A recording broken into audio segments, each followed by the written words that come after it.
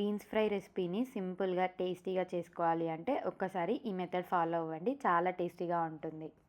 ఈ beans fry పప్పుచారులోకి కానీ, సాంబార్లోకి కానీ, లేదంటే చపాతీలోకి డైరెక్ట్గా కూడా చాలా టేస్టీగా ఉంటుంది. ఒక్కసారి ట్రై చేయండి. ఈ రెసిపీ కోసం ముందుగా కడాయి పెట్టుకొని అందులోకి ఆయిల్ యాడ్ చేసుకోవాలి. కొద్దిగా వేడైన తర్వాత ఇందులోకి పోపు దినుసులను కూడా యాడ్ చేసుకోవాలి. పోపు చిటపటలాడడం స్టార్ట్ అయిన తర్వాత ఇందులోకి 2 ఎండుమిర్చి, అలానే ముందుగా కట్ చేసి పెట్టుకున్న ఒక మీడియం సైజ్ ఉల్లిపాయను కూడా యాడ్ చేసుకోవాలి. ఉల్లిపాయ మంచిగా వేగేంత వరకు వేయించుకోవాలి. ఉల్లిపాయని మీడియం ఫ్లేమ్లో వేయించుకుంటేనే టేస్ట్ బాగుంటుంది. లైట్ గోల్డెన్ బ్రౌన్ కలర్ వచ్చేంత వరకు వేయించుకోండి. తర్వాత ఇందులోకి 2 రెమ్మల కరివేపాకును కూడా యాడ్ చేసుకోండి. ఇప్పుడు తాలింపులోకి 1/2 టీ స్పూన్ పసుపు, అలానే రుచికి తగినంత సాల్ట్ కూడా యాడ్ చేసుకొని మొత్తం ఒకసారి కలుపుకోవాలి. సాల్ట్ ఇంకా పసుపు 2 బాగా కలిసేలాగా కలుపుకోవాలి. ఇలా కలుపుకున్న తర్వాత ఇందులోకి మనం ముందుగా కట్ చేసి పెట్టుకున్న బీన్స్ని కూడా యాడ్ చేసుకోవాలి.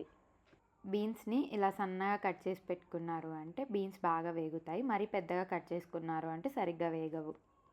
బీన్స్లోని పచ్చివాసన అంతా పోయేంత వరకు మీడియం ఫ్లేమ్లోనే కలుపుతూ వేయించుకోవాలి. ఇవి వేగడానికి 7-8 నిమిషాలు టైం పడుతుంది. అంతవరకు మీడియం ఫ్లేమ్లోనే కలుపుతూ వేయించుకుంటే సరిపోతుంది. బీన్స్ కొద్దిగా కలర్ చేంజ్ అయిన తర్వాత ఇందులోకి 1 టీ స్పూన్ దాకా కారంని యాడ్ చేసుకోండి. కారం కావాలి అంటే కాస్త ఎక్కువైనా యాడ్ చేసుకోవచ్చు. కారం కూడా మొత్తం కలిసేలాగా కలుపుకోండి. కారం మరీ ఎక్కువ యాడ్ చేయకండి. దీనికి కారం తక్కువ యాడ్ చేసుకుంటేనే టేస్ట్ బాగుంటుంది. ఇప్పుడు ఇందులోకి 1/2 టీ స్పూన్ దాకా ధనియాల పొడి, అలానే 1/2 టీ స్పూన్ దాకా కొబ్బరి పొడిని యాడ్ చేసుకొని మొత్తం కలిసేలాగా కలుపుకోవాలి. మనం ఇందులో ఎక్స్ట్రా మసాలాస్ ఏమీ యాడ్ చేయము. బేసిక్ ఇంగ్రీడియంట్స్తోనే టేస్ట్ చాలా బాగుంటుంది. తప్పకుండా ట్రై చేసి ఎలా వచ్చిందో కామెంట్ చేయండి. అలానే ఈ వీడియో మీ ఫ్రెండ్స్కి షేర్ చేసి మర్చిపోకుండా మా ఛానల్ని సబ్స్క్రైబ్ చేసుకోండి.